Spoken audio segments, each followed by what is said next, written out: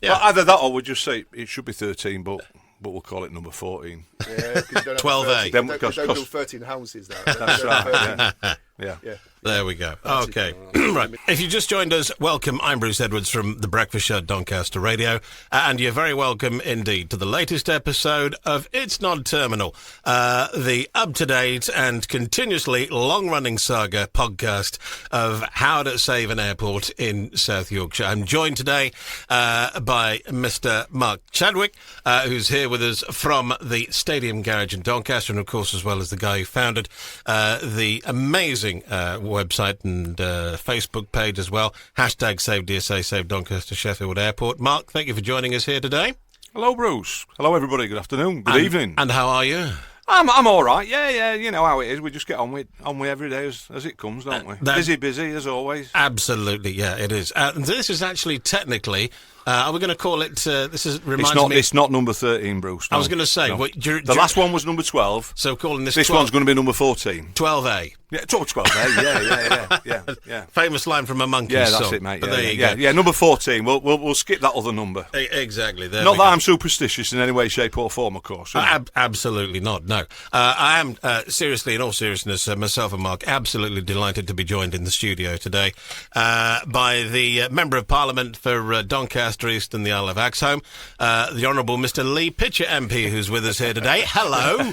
Sorry, no, I know. I said I'd do the full thing. You did say you do that. So let's get it out of the way. There we go. And of course, yes, he's a repeat visitor. Well, he is. It's good to be back. I know. He's the first person to come is back that right? second time. Yeah. Yes. Is that correct? Yes. Oh wow, Yeah. that's pretty good. That's pretty good. So you've got one over on every other single person who's been on this podcast. There we go. Anyway, thank you for joining us here today. And so, first of all, I was going to say, because what we normally do is we say to people, where were you when you first heard about the airport closing? But we know that, don't we? Yeah. So, nudging that on a bit, where were you when you first heard that there was a chance of getting the airport reopened properly? And what was your reaction to that? Oh, I like that one, Brooks. That's a really good one. And do you know what? It's been, I think you called it a long saga, Bruce, which made me and Mark look at each other here in the studio, actually. So it's right. It's 3 years. I can't believe that, actually. I can't believe 3 years. it. So I guess it was there was the work that Mark did in kind of getting everybody collectively behind getting it opened again. That kind of led to that groundswell. We're going to have loads of puns, aren't we, today? But it led to that kind of that big push, and it was just after that I started to hear all of those positive kind of vibes coming out from places like Doncaster City Council. Yep. Was it just? It was probably just Doncaster. It was a borough then, was it? Yeah. It weren't a city then. Oh, was it? No, it was a Had city. It's the city. Yeah. I'm thinking of a timeline. Yeah. But yeah, when it started to come out that actually, yes, let's see if we can do something here to get it back open again. So I can't exactly remember where I was. I know I was absolutely elated though. Mark, it's something you worked on almost from the day that the closure was announced. You set the page up, didn't you? I think you went home that night, didn't you, and set the page up within... It was a Sunday afternoon. And I found out, I was just on my phone, sat at home, and I found out that Peel were on about doing a strategic review and closing the airport. And I'm like, what? Yeah. You can't close an airport. And I started looking for information. Yeah.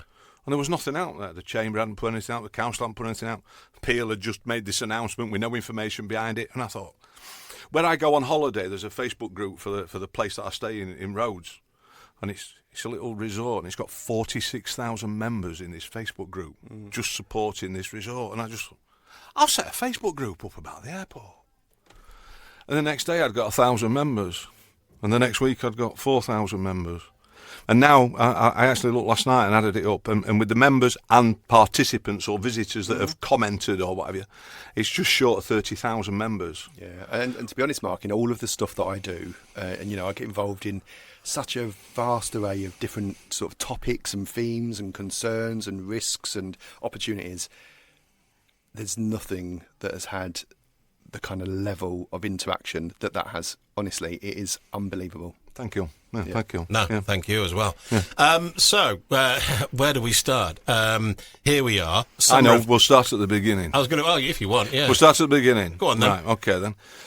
You invited me down to Parliament, didn't you? I sure did, yes. Yeah. I Me did. and Alison came and spent the day Did you with enjoy you. it? Yeah, absolutely brilliant. Yeah, it looked like you what an enjoyed it. experience. Yeah. I mean, it is amazing, Brilliant. isn't it? I mean, it's full of history. Yeah. Absolutely full of history. I mean, no matter where you walk, Mark, as you know, Oh, yeah. you are walking in the kind of the footsteps of some of these amazing kind of legends. Churchill I know. and everybody's all walked the same places and Yeah. drank in the same bar and They have, yes. yeah, you yes. know, and stood looking out at the Thames and Yep. been in the house and looking out over the dispatch box. Yeah, and you behaved yourself where you took photos in there because you're only allowed to do it in certain places, Mark. I got told off once, mate. Yeah, I thought you did. I thought you did. Yeah. But what a great day out and an experience and obviously all the people that were in the chamber at the time that were discussing it and interrupting you and and things that were discussed about the airport and the positives that we're going to get there. We could probably talk about some of that now. The jobs and I mean, and to be money honest, and revenue. And all that. Yeah, I mean, you come to an adjournment debate, didn't you? Yeah. And it's what an adjournment debate is, Bruce. I'm sure you're aware, but in essence, they happen once the main business of the day has finished in the chamber, and it's a specific topic. You put that forward many weeks in advance. I got that authorised and permitted by the speaker's house, basically, and the clerks, and that meant you get basically 30 minutes at the end of the day, purely focused on that event or that topic. And of course, I wanted to talk about DSA and the economic regeneration it brings to the area and why it's massively important. And, regardless of the numbers of people, and we had quite a few in there still in the chamber at that time at night. Was it about 10 o'clock at night, Mark? I can't remember what time it was. A bit earlier than that. Was it was about it? 8, I think. Was it an 8 o'clock one? And we still had quite a lot of people in the chamber. But the whole point is the minister's in there. So we had Mike Kane, who's obviously the aviation minister, and he responds to your questions, your challenges. And that is the most important thing. There could be no one else in there, actually. The main thing is you are asking a decision maker. And it's so nice to have Mark there and his other half and watching down and getting a feel of how much effort we are actually putting in based on all of that he's put in, really. So this was about talking about the 5,000 direct jobs it creates, the 6,500 indirect jobs, the fact that it's part of our identity in the area that we live. People's got mums, dads, grandparents that have all worked at that airport. When it was RAF. RAF Finley. Absolutely. A very good friend of mine, his mum was based at RAF Finley. Well, they are. And that's why they're still in Doncaster. Yeah. Because she left the RAF and they're still in Doncaster. Yeah. And you've got all that history. And it just has a place in people's hearts, doesn't it? So you've got this great opportunity around our area. It creates jobs, it creates aspiration, it gives young adults, in our local schools, opportunities potentially around working for businesses that are around the airport in maintenance and manufacturing, but also, even potentially being a pilot or a member of the air staff in the future or ground staff. And they're well-paid jobs. I'm just going to say exactly, Sam, they are very well-paid jobs, aren't they? It's not minimum wage working in a warehouse. It's decent jobs. But then we've got the Gateway East development as well. Exactly. And what could come from that, which is, all adds up to a really, really big project, which won't just make a difference for Doncaster, but all of South Yorkshire, even. Super I think special. Ross said last time when we were here, Bruce, the north of England, didn't she? North of England. I think it just broadens the horizons for the entire north of England in a way that, in terms of a geographical thing, I mean, we've got the Pennines and the Peak District in the way. And I mean, Manchester Airport, for all it is over there. And there's nothing really on this side of the scale of Doncaster Airport from, say, actually Stansted. Yeah. All the way up to Edinburgh, if you like. And I just think it would provide everybody, first of all, in our area, but also as well on a regional basis, just so much scope for, we can do this because we have this airport. That's right.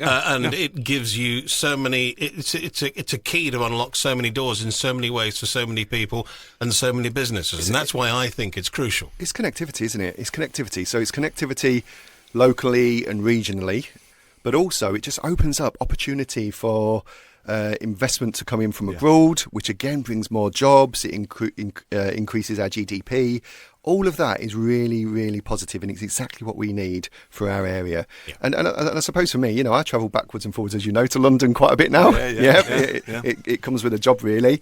But it's an hour and a half. You can get a train, that takes you from King's Cross to Doncaster, and then it's not that far onto the airport. No. It's as quick to get to our airports as it is to some of those London airports. Well, started on that third runway at Heathrow. Well, and I have taken the tube from, I think it was Terminal 2 at Heathrow to the centre of London, and it took me over an hour. And that's on the tube. Now, I'm not slagging the tube off, but I'm just saying, people don't realise how far out of London it is, I don't think. They suggested £14 billion to put a third runway in at Heathrow in 2018. Yeah.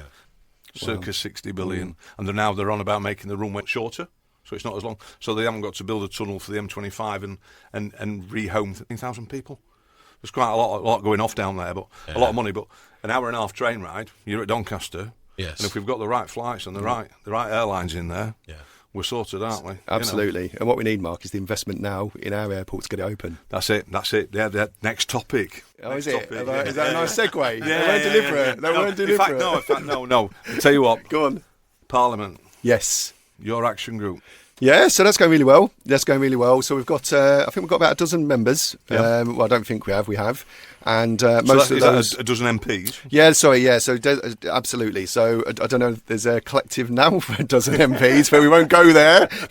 We won't go there today. We'll think of something. Yeah, I'm sure I'm sure Bruce has got an idea. Yeah, I can think of a list, but this podcast has to go out suitable for general consumption. We don't want this to attract one of those R or X ratings like some of them do. 100% not. 100%. So you've had some meetings there, haven't you? So we have, yeah. So and they're all, they are all neighbouring MPs who really, really care about getting the airport open for all of the reasons we've just said. Yeah. So it's a special place for our area and for South Yorkshire in particular. So we have continue to have our meetings in the background. I mean, that DSA action group, which I chair, is all about just facilitating a smoother ride. Yeah, the way through. It's about removing any kind of barriers where we have the opportunity to do so, and it is about creating the opportunities. So we've brought in different people that we've talked to. We've talked to the CAA in the past, and of course we can't influence the Civil Aviation Authority, but we can talk to them about how important that airport is to us and why we want it open and what it means to get the airspace reopened and get the licences and the processes in place as quick as possible. And that just helps. We've met with lots of different airlines. That's good. I've seen that. Yeah, I mean, a lot of people on social media saying, well, they've got no airlines, they've got no destinations, they've not got this, and the naysayers that we've got in the general public and on Facebook. But you're speaking to, you spoke to Ryanair, you spoke to TUI. We have, and we're meeting different ones all the time, and I have to say, you're not going to get a commitment straight away from an airline. You're just not, because there's so much to deal with in terms of. Actually, it needs to be confirmed that it's going to open 100% first. Have all that in place, they need that, confidence. But I'm feeling very confident about that. However, the fact is, we're having these really great dialogues with, as you say, Ryanair, TUI. I met with Munich International, for example. They're good people. Honestly, they are unbelievable. They are professional. They are absolutely clear on kind of the strategic vision for the airport, some of the amazing things that they can do to make it. But so down to earth, though. Brilliant. Down to it. Yeah, absolutely. Very grounded. Very grounded. Very good. I like I'm getting better. One of the best things about Munich, come on, I mean, they've got their own brewery and they sell their own beer in the terminals at Munich Airport. Yeah, but I mean, come on, these are Germans. I mean, they know how to brew beer. They know how to brew beer. They're actually quite serious about it. It's not real beer, though, is it? Well, I mean, it's up to you. I mean, I don't mind a nice cold pint now and again. It's not proper bitter, is it? You know what I mean? Yeah, well, no, proper real ale. Like a black sheep. It's not quite a black sheep. Well, no, it's not, is it? No, not really. It's not quite. It's not bad. I can't say what my taste buds. I'm on prone it. Oh dear me, Italian. Oh dear. But the really good people. I met them down at the airport one morning for a 20-minute chat, and I was there 2 hours with a sit down with about 20 of us all having a chat about the airport and their plans and what have you. And I thought it was really actually eye-opening how they run Munich and what they want to do in Doncaster. When we do this and we get it open, we've got to do it right. And what you get from this organisation is as I say, a really professional outfit, really grounded, able to approach them, very engaging, and they do really have a great kind of vision and desire for it to succeed. Yeah. And my view is they also put the plans and the kind of the credibility behind that too, and they've done it elsewhere in Europe. You know, they've done other projects, similar projects, haven't they? Absolutely. You forgot to look at the airport. 41.6 million passengers. Well, they are also, of course, involved in Newark, New Jersey. That's right. Yeah, they're on the terminal there. So you know, they know something about running international airports. Right. Yeah. And I've had a look at the website. I've had a look at some of the business profiles and reports and what they're doing on Facebook, and you see just by their social media campaign, which is not about just selling flights but they believe the airport is like part of the local social fabric. You can see that's what they believe in Germany and in Munich in particular, because they even go to the extent of saying, well, let's have some summer face, let's have a few festivals, let's have a theme park, something like that. They're thinking of things that you wouldn't necessarily go, oh well, but actually now they're thinking of that, and then they're thinking of this as well. They're really thinking of the whole package, aren't they, for the area? It's like a living village, isn't it? Yes. You're quite right. It's about how you integrate the airport with the community, and that integration's already there in terms of where people's hearts are. We've talked about that, and heads actually, but actually they do it in a way that is about bringing everybody in and it just feeling like part of the furniture, and I think that's really important. Yeah. What is here we are. We're obviously waiting for Oliver Coppard's announcement in September. At the moment, Lee, as I say, we're all very optimistic with what's going to be going forward. For you, is there a timetable we can you can see going through to the end of the year or next year? We were talking about this before we came in the studio. People are always saying, every time you see somebody and they say, oh yeah, when do you think flights are going to start, and this, that and the other? Because the person in the street you meet, the first thing they want to do is know, when can they book a holiday to fly out to Doncaster? Yeah, and in many aspects, people say like silence is golden, but I think when it comes to the airport, as soon as there's some silence, some radio silence, people start getting nervous, and the anxiety's there, and yes, and people want to book holidays, and we need to get people booking on to their holidays as soon as possible. So there's a couple of things, Bruce, just to give some peace of mind and gives me reassurance. So the first thing is there was the £30 million that was given that has allowed lots of work to still go on in the background, pending the decision around the gain share that will be sometime in early September from South Yorkshire Mayoral Combined Authority. That 30 million has helped with getting some groundworks done. It's helped with starting some of the recruitment that's needed. The site is looking pretty remarkable, actually. I don't know if you've seen it recently. I have driven past. You can tell things are going on. And there are people who come on the Facebook group and they ask us here at Doncaster Radio as well when they say, have you heard any news in the newsroom with this, that and the other? And they say, are there any jobs yet? There's actually jobs being advertised now, are there not? Yeah, there absolutely are. Yeah. So you can go on now, and there's a number of, there's several jobs on there, some really decent... On the council website. Absolutely. So the administration or managerial type jobs at the moment. Some kind of like leadership jobs. There's like a skills audit that allows you to see the kind of different the different roles that need to be that are going to be available, the kind of responsibilities that are required with it. Doing some testing across the country in terms of what that looks like and what that means for Doncaster. So there's a lot going on at the moment, pending that decision by the SIMCA, so South Yorkshire Mayoral Combined Authority. So that's Oliver Coppard and then the leaders of the South Yorkshire councils. So that's all the mayors. It's not just Oliver that's making this decision, is it? I don't think people have got that. It's the board, isn't it? It is. So obviously we've got Ros as our mayor. In the other local authorities, your Barnsley, Rotherham, Sheffield, they're not called mayors there. They're leaders of the council. But it's the same in terms of the role. So they collectively make that decision. And of course, if I was sat in their shoes, I would be saying I need to be absolutely sure, and that's why this piece of work has had to be done. But I feel very, very confident personally and very, very optimistic that the decision will be a good decision come September, and we'll be ready to get people then to start to be able to book their holidays in the very near future, which I think is important. Here we are. We're now at the beginning of August, effectively, aren't we? Yeah. And so, in fact, actually, we haven't got long to wait. I think that's. Do you know what? It's for me.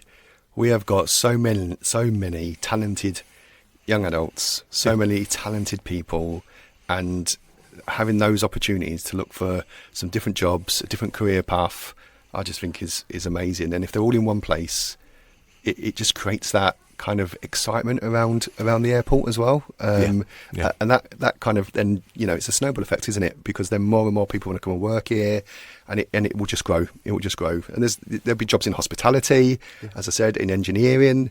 There'll be jobs specifically on the flights. I mean, it's phenomenal what the opportunities are endless. Yeah, that's it.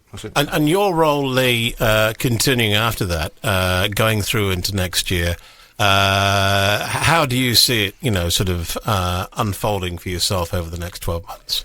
So of course I'm there to support Fly Doncaster, Doncaster City Council. It is all about making sure that the airport becomes the success that we expect it to be. It gets the passengers, it gets really in particular the businesses excited about Gateway East, because this isn't just about flights. This is also about all of that infrastructure South that Yorkshire surrounds Airport it. City. Absolutely, and that's really important in terms of our local economy. So for me, it's about continuing to engage with business. It's about continue to engage to grow the local economy, and if we do that, again, as I say, that's just like an amazing kind of circle that you start, where it just builds and builds and grows, and that just creates jobs. It creates money and puts money back in people's pockets. I suppose once we get it open and that starts happening, then you'll have the opportunity to be able to perhaps persuade people in government that we need more investment in the area and things like that. Well, of course, but we've got to get that ball rolling first, haven't we? Yeah, I mean, proof's always in the pudding, isn't it? We've had the Prime Minister to the airport. That was a good morning out. It was a good morning out. The Deputy Prime Minister came as well. It looked like he was going to punch me. Oh well, he didn't know, thankfully. So. But how amazing to get the Prime Minister of the country down to an airport that we want to open and get that commitment from him that he wants to see it open, because that to me, that gives it some of that credibility that you've just talked about, Mark, in terms of businesses wanting to think actually it is going to open, and therefore I need to be thinking about it. But you're right, proof's always in the pudding. So once it's open, you show how successful it is, and then you start to get more and more people want to come along and start up their businesses there. Yeah, I mean, of course we've got Doncaster Council and Ros Jones. I mean, entrepreneurial for a council, unbelievable to do what they're doing. Unbelievable. I mean, we've seen it up at Teesside where the local authority bought that airport off Peel. Yep. And they're slowly moving forward, and and it's operating, and they're investing, and you can see that happening. But it's a completely different beast here in Doncaster. It's a completely different airport, completely different costs, money, a completely different location and everything. It's got more possibilities. Yeah. But Ros has been quite entrepreneurial, I think. Oh, she's absolutely pivotal and instrumental, in terms of getting people behind the airport, getting it open, engaging with people like yourself, from our campaigners, our lead campaigner, but also just in terms of looking at what we need to do in terms of a master plan for that site, because that starts to say, well, actually, we're not just thinking about this next 5 years. She is thinking about, well, what do we need to do in the next 10 years, in the next 20 years, because it will just they've got to keep the finger on the pulse, haven't they? Absolutely. Yeah. I mean, it is something, and I think it was not something I'd actually thought about, but when you actually step back and have a look at it, the improvement works to Junction 3 on the M18, which is already a bottleneck. I think that's been announced, hasn't it? It has been announced, and also then as well, of course, with the potential for some kind of extension off the East Coast Main Line, again, which would really put it on the map in terms of connectivity to London and the South East. I think they'll need a bunch of private investment for that, though, Bruce. That 30 million they've got towards train line is a deposit, I think. However, if you got somebody in there with the freight, because, I mean, listen, when I was a kid growing up in the East Midlands Airport was an airport, and that was it. Mm-hmm. And now you go past it now, and it's got its own freight terminal, thank you very much. It's one of the biggest freight terminals in the UK, isn't it? Them and Heathrow do a lot of the freight. Well, what I'm saying is if they can put that level of logistic support and facility in East Midlands, then potentially the same could be here. Exactly. Yeah. Begs the question, doesn't it? It does. I do think, though, there is something about not looking just at the next 5 years, but having people there that are visionary and they are looking at much longer term. Because, as you say, this is about, you need to be thinking, well, as the airport grows, we do need to be looking at the motorways. We do need to be looking at our other transport links. We need to be looking at the bus services.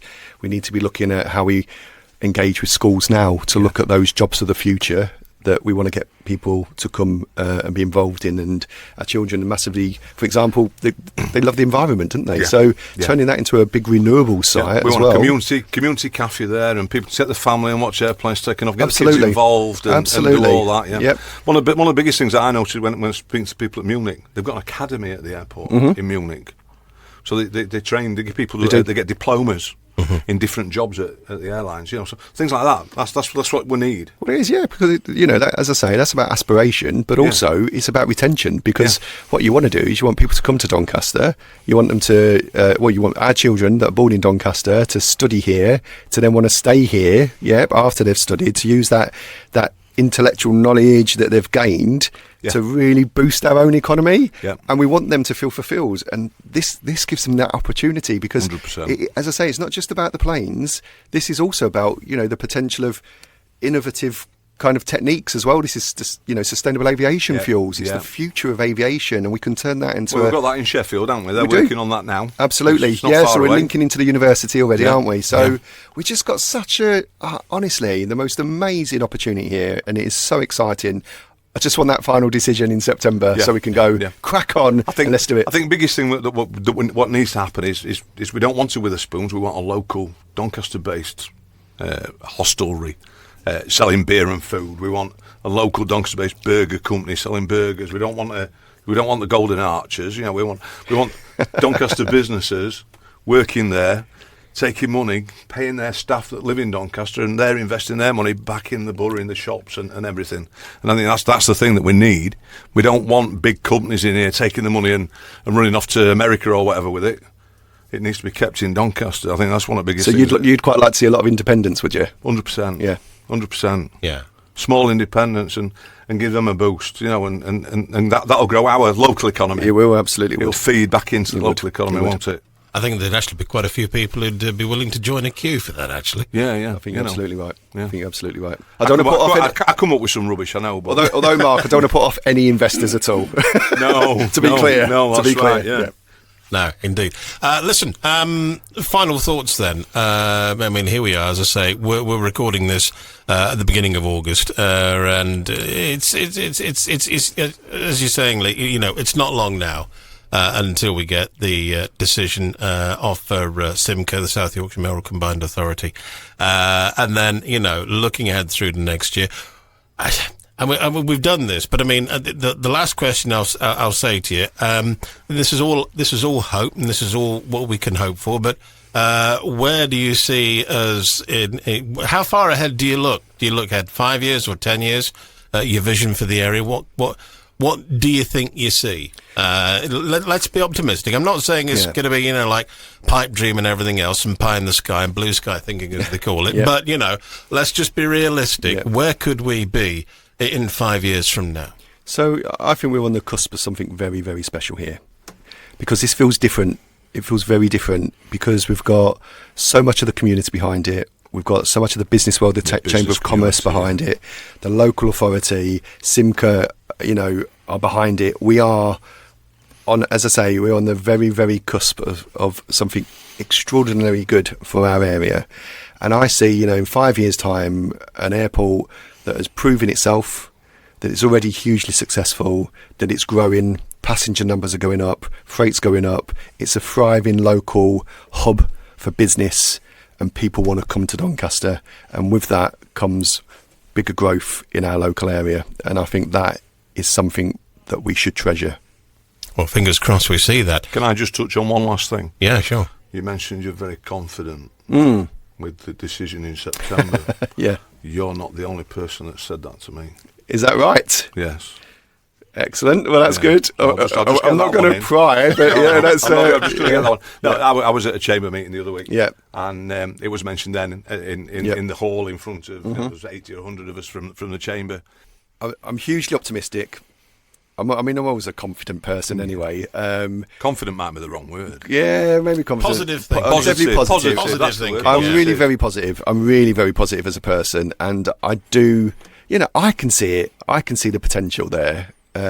So I am sure others will too. Yeah. Brilliant. Yeah. I think there what we'll just do is say we'll call it a day or a night, and maybe we can start coming down to